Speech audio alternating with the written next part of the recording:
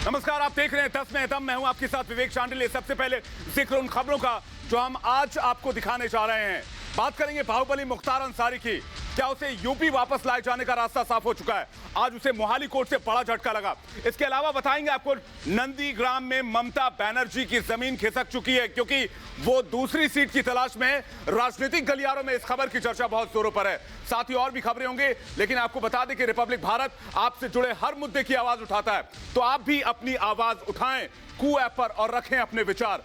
कू app के users के लिए हमारा आज का सवाल यह है कि क्या बंगाल में घुसपैठ की समस्या के लिए राज्य सरकार की नीतियां जिम्मेदार हैं? अभी जाएं कू ऐप पर और रखें अपने विचार। लेकिन सबसे पहले बात बाहुबली मुख्तार अंसारी की, जिसकी उल्टी गिनती अब शुरू हो चुकी है। वो अब उत्तर प्रदेश में कानून के हंटर से नहीं बच पाएगा क्योंकि आज उसे बड़ा झटका लगा है।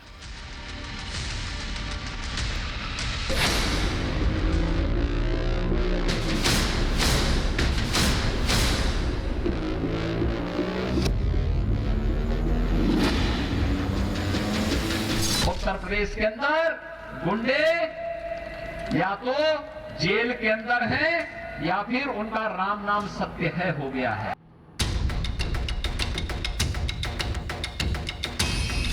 मुख्तार अंसारी के लिए बुलेट प्रूफ एम्बुलेंस, डॉन की फंसी जान, एम्बुलेंस पर घमासान। समाजवादी पार्टी के टाइम की एम्बुलेंस है जो दी गई थी। राज ठाट रहा है उनका, मुख्तार अंसारी का। माफिया के लिए एम्बुलेंस का किसने किया इंतजाम? पंजाब की जो सरकार है कैसे ऐसे लोगों को बचा रही है, इसमें उसकी जांच होनी चाहिए। बच नहीं पाएगा मुख्तार, दर्ज हुई एक और एफआईआर। कि ना वो मेरी एम्बुलेंस थी ना है, मेरा उससे कोई वास्ता नहीं। यूपी आएगा मुख्तार, नहीं बचा पाएंगे सिपह सालार। व्हीलचेयर पर बैठा बाहुबली मुख्तार अंसारी योगी के राम राज्य में यूपी आने से थर थर कांप रहा है। योगी सरकार माफिया मुख्तार को पंजाब की जेल से उठाकर यूपी के जेल में ठूंसने की तैयारी कर रही है और कोर्ट के आदेश के बाद पंजाब सरकार को 2 हफ्ते के भीतर यूपी के लिए मुख्तार का मुख्तारनामा लिखना होगा। लेकिन जिस यूपी में एक वक्त मुख्तार अंसारी के मुख्तारनामे से लोग डर के मारे कांपा करते थे, आज वही मुख्तार यूपी आने से ऐसे डर रहा है जैसे शेर के सामने कोई मेमना खड़ा हुआ हो। लेकिन मुख्तार योगी के राम राज्य में आने से बचने के लिए नए नए पैंतरे चलने की कोशिश कर रहा है और योगी सरकार के सामने उसके सारे पैंतरे खोटे सिक्के साबित हो रहे हैं। मुख्तार जानता है कि यूपी में योगी सरकार का हंटर अपराधियों पर ऐसे चल रहा है जैसे इमारतों को गिराने के लिए बुलडोजर चलता है। इसी बीच मोहाली कोर्ट में पेशी के दौरान मुख्तार की एम्बुलेंस सवालों के घेरे में आ चुकी है। मोहाली की अदालत में यूपी के नंबर प्लेट वाली जिस निजी एम्बुलेंस से मुख्तार की पेशी हुई, उस बुलेट प्रूफ एम्बुलेंस का रिकॉर्ड बाराबंकी में दर्ज नहीं है। ना तो वो श्याम संजीवनी अस्पताल बाराबंकी में अब अस्तित्व में है और ना ही एम्बुलेंस की कोई फाइल मिल रही है। जिस डॉक्टर अलका राय के नाम से एम्बुलेंस रजिस्टर्ड है, वो भी बाराबंकी के उस पते पर अब नहीं रह रही है।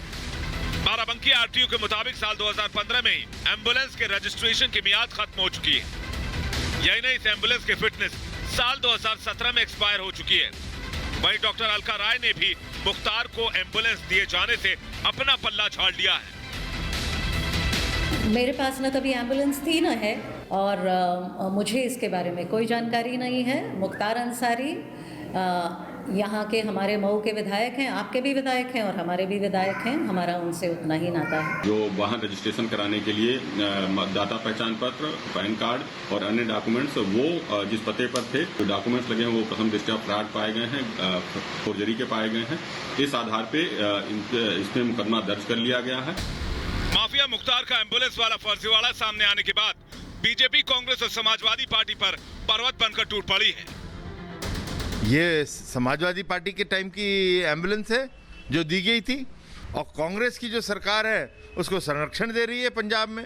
पंजाब की सरकार को जवाब देना चाहिए, उनकी पुलिस को जवाब देना चाहिए। कैसे कांग्रेस की वहाँ पर सरकार है, कैसे पंजाब की जो सरकार है कैसे ऐसे लोगों को बचा रही है, किस तरह इनको अपने यहाँ रख करके मैनेज कर रही है, इसमें उसकी जांच होनी चाहिए। जांच हम प्रमुख सचिव से अपने अपील भी की हूँ और मैंने कही भी हूँ कि इसकी जांच होनी चाहिए कि एम्बुलेंस पंजाब पहुँचे कैसे।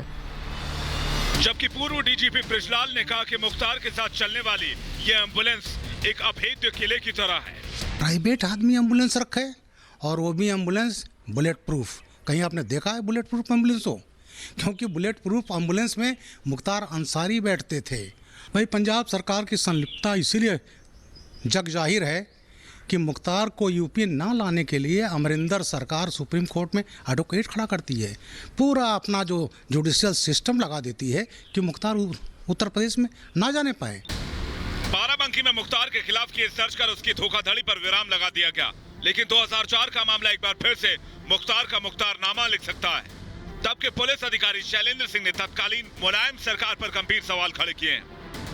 लोगों के साथ अब काम करना मुश्किल है, तो मैंने रेजिग्नेशन 11 फरवरी को दे दिया है और उसमें यही लिखा मैंने कि वर्तमान सरकार में माफिया सरकार चला रहे हैं, यही डिसाइड कर रहे हैं कि हम लोग को क्या करना है, और हम जैसे ईमानदार अधिकारी के लिए ये संभव नहीं है कि मैं इस परिस्थिति में काम करूं, और मैंने रिजाइन किया।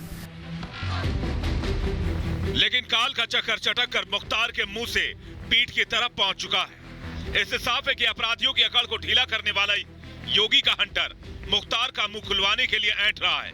हालांकि अब तक मुख्तार की करोड़ों की संपत्ति को बुलडोज किया जा चुका है और उसके कई गुर्गों की अवैध संपत्ति को जमींदोज कर दिया गया है। ऐसे में सवाल ये कि मुख्तार तो अब यूपी आएगा ही आएगा, लेकिन क्या योगी के हंटर से उसे कोई बचा पाएगा? Bureau report, Republic Bharat. चलिए बात करते हैं नंदीग्राम की। नंदीग्राम में शुभेंदु अधिकारी और ममता बनर्जी के बीच सीधा मुकाबला है, लेकिन नंदीग्राम में ममता बनर्जी को यह लग रहा है कि उनकी जमीन खिसक चुकी है, और सबसे बड़ी बात यह कि नंदीग्राम के बाद ममता बनर्जी अब दूसरी सुरक्षित सीट की तलाश में है। यह मैं नहीं कह रहा, बल्कि बंगाल की राजनीतिक गलियारों में इसकी चर्चा बहुत ज्यादा है। तो क्या वाकई ममता बनर्जी नंदीग्राम हार रही हैं?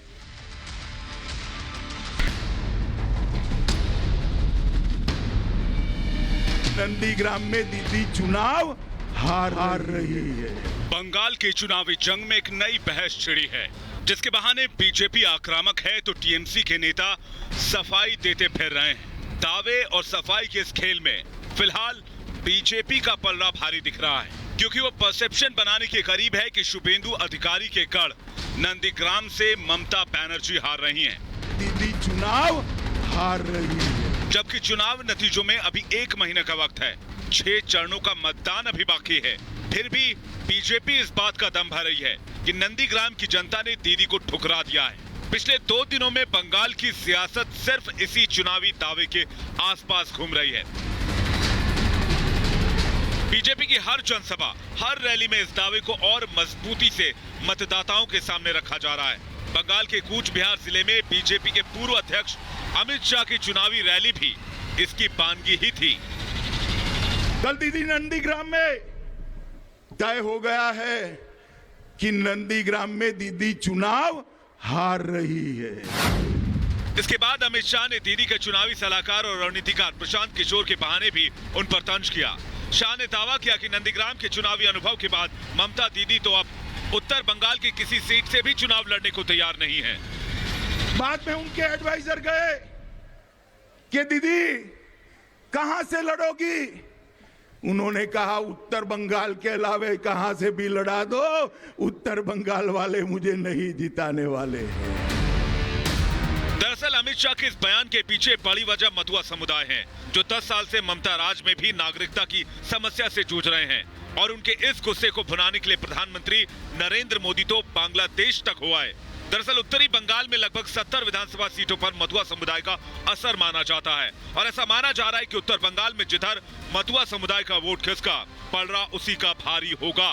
फिलहाल मथुआ समुदाय के ज्यादातर लोग नागरिकता के मुद्दे पर बीजेपी के साथ जाते दिख रहे हैं, जो राजनीतिक लिहाज से टीएमसी के लिए घातक साबित हो सकता है, क्योंकि बंगाल में मथुआ समुदाय के 2 करोड़ लोग रहते हैं, जिनका आरोप है कि ममता सरकार में हमेशा उनके हितों की अनदेखी हुई, जिसकी सबसे बड़ी वजह बांग्लादेशी घुसपैठिए हैं। और यही वजह रही कि शाह ने दावा किया कि बंगाल में बीजेपी की सरकार बनते ही बांग्लादेश से होने वाले घुसपैठ पर रोक लगाई जाएगी। मैं पूरे उत्तर बंगाल के लोगों को कहने आया हूं कि सबसे बड़ी समस्या आपकी घुसपैठ है, घुसपैठ। और हमने तय किया है कि सरकार बनते ही बीएसएफ के पास साथ बैठकर पूरी घुसपैठ को 100% रोकने का काम करेंगे, 100% रोकने। इसके बाद अमित शाह ने भी दावा कर दिया कि पहले और दूसरे चरण की 60 सीटों में से बीजेपी 50 सीटें जीतने में कामयाब हो रही हैं। क्या हुआ है वहां? कमल खिला है। क्या हुआ है?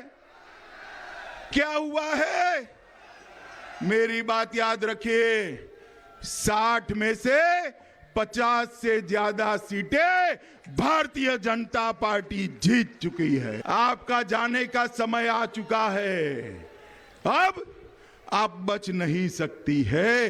दीदी खुद नंदीग्राम से चुनाव हार रही है। मित्रों, अमित शाह के अलावा कल प्रधानमंत्री नरेंद्र मोदी ने भी दावा किया था कि दीदी नंदीग्राम से हार मान चुकी हैं और यही वजह है कि वो किसी और सुरक्षित सीट की तलाश में हैं, जिस पर टीएमसी के फायर ब्रांड नेता और सांसद महुआ मोइत्रा ने ट्वीट किया। उन्होंने बीजेपी के दावे को खारिज करते हुए तंज किया कि आगे चलकर ममता दीदी पीएम की संसदीय क्षेत्र वाराणसी से ही चुनाव लड़ेंगी। सियासी दावे और आरोप अपनी जगह हैं, लेकिन नंदीग्राम के एक ही बूथ में दीदी के 2.5 घंटे तक बैठे रहने ने इस बात को हवा तो दे ही दी है कि हालात बहुत अच्छे नहीं हैं। 2 चरण के मतदान के बाद टीएमसी की सियासी राह अब कठिन नजर आ रही है। Bureau report, Republic Bharat. और अब बात सचिन वाजे की। एनआईए के शिकंजे में सचिन वाजे की वो मिस्ट्री वुमन लगी है जो सचिन वाजे के लिए उसके बही खातों का हिसाब किताब रखती थी। लेकिन इसके बाद एक और बड़ा सवाल यह है कि आखिर सचिन वाजे के हाथ में कितने मिस्ट्री वुमन थी जो सचिन वाजे के संपर्क में थी।